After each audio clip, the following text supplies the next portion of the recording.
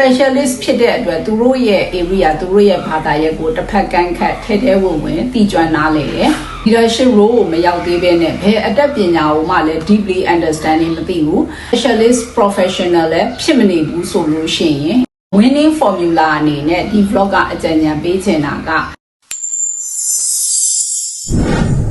အားလုံးပဲမင်္ဂလာပါရှင်ဒီဘက်ခေတ်ကာလမှာပေါ့နော်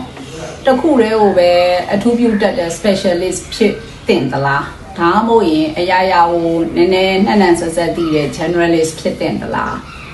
ဆိုတဲ့ question ကရေပန်းစားလာတယ်ပေါ့နော်တကယ်တော့အောင်မြင်ခြင်းဒီနှစ်ခုတည်းကတစ်ခုတည်းကိုပဲဖြစ်နေရမယ်လို့မဆိုလို့ဘူးပေါ့နော်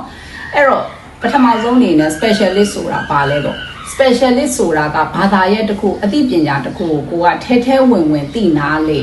လေပေါ့နော်ဥပမာ accounting မှာဆိုလို့ရှိရင် tax expert လို့ဟာမျိုး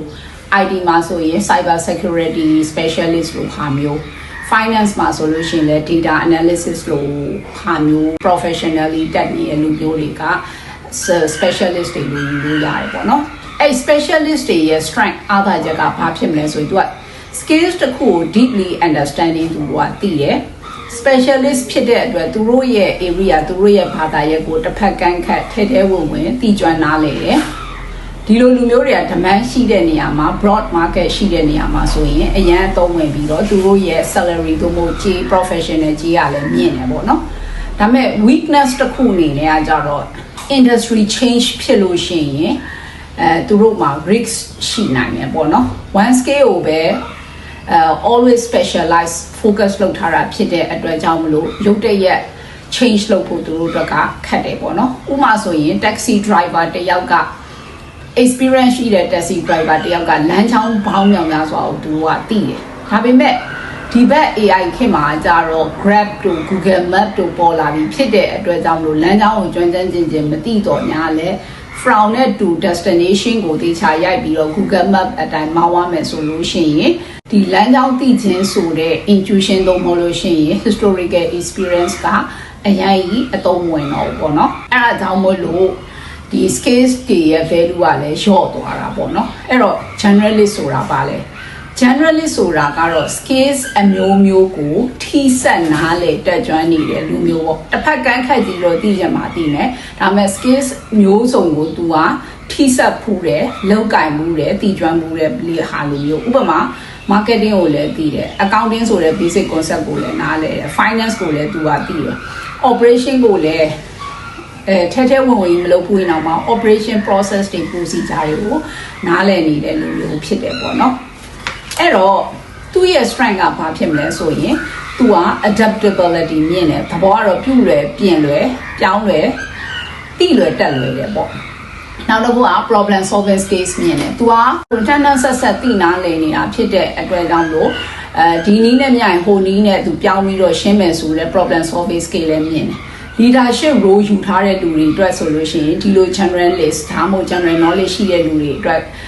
လူတွေဟာပို့ပြီးတော့အားတာတယ်ပေါ့ဒါပေမဲ့ဒီ generalist တွေရဲ့ weakness ကဘာဖြစ်မလဲဆိုလို့ရှိရင် deep scale တာမရှိဘူးတခုခုကိုတစ်ဖက်ကန့်ခတ်ကျွမ်းကျင်တက်မြောက်ထားခြင်းမရှိဘူးဆိုလို့ရှိရင်ဒါမှမဟုတ်ဟိုဟာကိုလည်းဆက်ဒီဟာကိုလည်းနည်းနည်းဟိုဟာနည်းနည်းဒီဟာနည်းနည်းပဲသိတဲ့လူဆိုလို့ရှိရင်သိပြီးတော့ကို generalist ပါလို့ခံယူထားတဲ့လူတွေအတွက်ဆိုရင်အန္တရာယ်ရှိတယ်ကိုက leadership role ကိုမရောက်သေးဘဲနဲ့ဘယ်အတတ်ပညာကိုမှလည်း deeply understanding မသိဘူး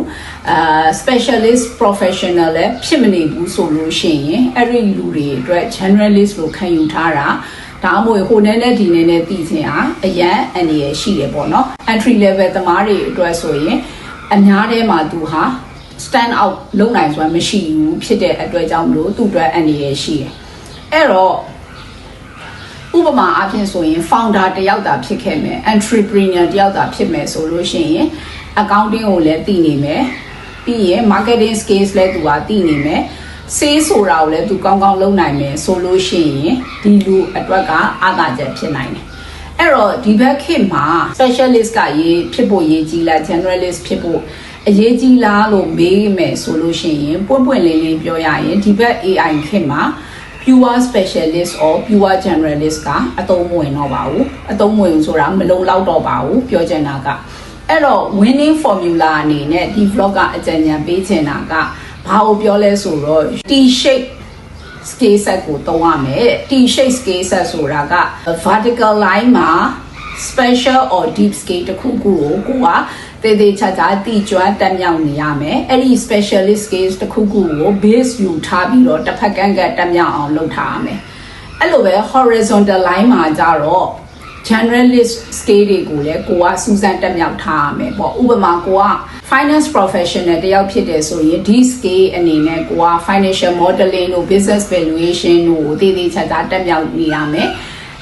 ဒါပေမဲ့ broad scale တစ်ခုအနေနဲ့ data analysis ကိုလည်းသိရမယ် accounting concept ကိုလည်းနားလည်နေရမယ် test ရဲ့ consequences ကိုလည်း impact ဒီ consequences တွေကိုလည်းနားလည်နေရမယ်ပြီးရင် communication skills ကောင်းရမယ် presentation skills ကောင်းရမယ်ဥပမာဆိုရင်ဒီ financial modeling ကိုဘယ်လိုဆွဲလိုက်ပါတယ်ဘယ်လိုလုပ်ပါတယ်ဆိုတဲ့ presentation skill report ကောင်းကောင်းပြင်နိုင်စွမ်းရှိရမယ်ပြီးရင်ဒါကိုကိုယ့်ရဲ့ investor တို့မဟုတ်လို့ရှိရင်ကိုယ့်ရဲ့ client ကိုဒီ value ဘယ်လိုထွက်လာတယ်ဒီ model ဘယ်လိုပေါ်ပေါက်လာတယ်ဆိုတာကိုကောင်းစွာ present လုပ်နိုင်စွမ်းရှိရမယ်ပေါ့အဲ့လိုလူတွေက AI ကိုလည်းကောင်းကောင်း apply လုပ်တတ်မယ်